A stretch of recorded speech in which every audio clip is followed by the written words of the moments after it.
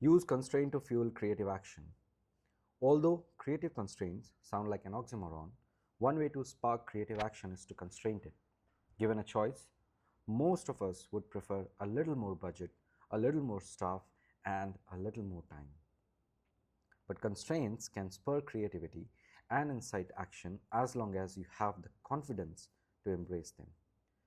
Francis Ford Coppola, the famous director of both blockbusters like The Godfather and Spartan indie films, recognized the benefits of the constraints.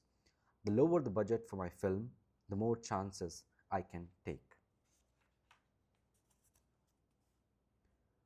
He described a recent lean, low budget film project that sparked huge creative energy in his production.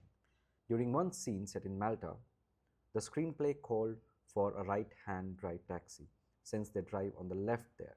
But Coppola was filming in Romania, where all the available taxis had steering wheels on the left side. In a big budget movie, he would simply have requested a vintage right hand drive taxi and had it flown in from Britain.